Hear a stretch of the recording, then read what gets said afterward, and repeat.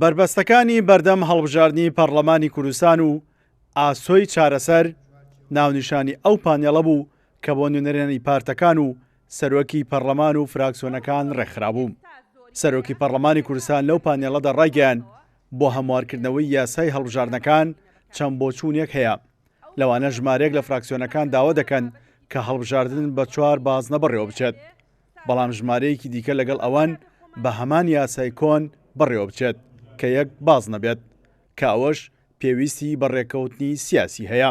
فراکسیۆنەکانی پەرلەمانی کوردستان هەر کەسێک لە لای خۆی و حیزبەکەی پێی وتووە چی بڵێ، هەرێکێکیان مرونەتیان هەیە لە دائیرەیەکا جوڵە بکەن، بەڵام بەڕێزان بۆ بڕیاردان بۆ گۆڕینی ڕەئی بۆ ڕێکەوتن وڵی پێویستمان بە حیزبە سیاسیەکانە. هیوادارم لە خولی شەشەمە پێویستمان بە حیزبە سیاسیەکان نەبێت، بەڵام بەڕاستی ئەم پرۆسەیە بەبێ بەشداریکردنی هەر سێ سەرۆکایەتیەکە سیاسیەن نەک بە تەنها قانونیان، و بەبێ بەشداریکردنی حیزبە سیاسیەکان ئاسان نییە گەیشتن بە ڕێکەوتن.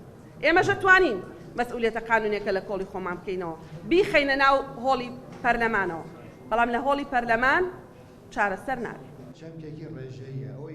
وتەبێژی حکوومەتی هەرێمی کوردستانش لەو پانێڵەدا ئامادەی تەواوی حکوومەتی دەربڕی بۆ ئەوەی هاوکار بێت لە بەڕێوەچوونی هەڵبژاردنێکی دروست.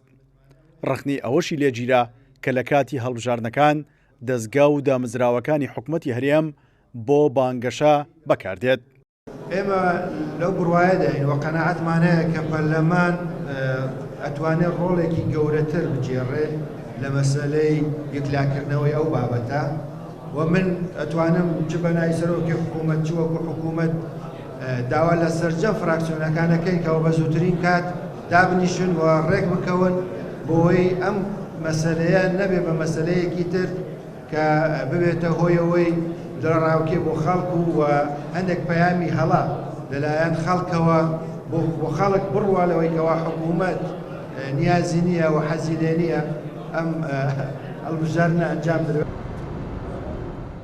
سەرۆکایەتی هەرێمی کوردستان ڕۆژی 1 تشرینی یەکەمی بۆ هەڵبژاردنەکانی پەرلەمانی کوردستان دیاری کرد، بەڵام تا ئێستا 2 ئاستەنگی گەورە لە بەردەم پرۆسەکە ماوە، لەوانە کارەکردنەوەی کۆمیسیۆنی هەڵبژاردنەکان و شێوازی بازنەکانی هەڵبژاردن جگەل لە تۆماری دەنگدەران و کورسی کۆتاکان. سیرۆن حوسێن، کورسان نیوز، هەولێر.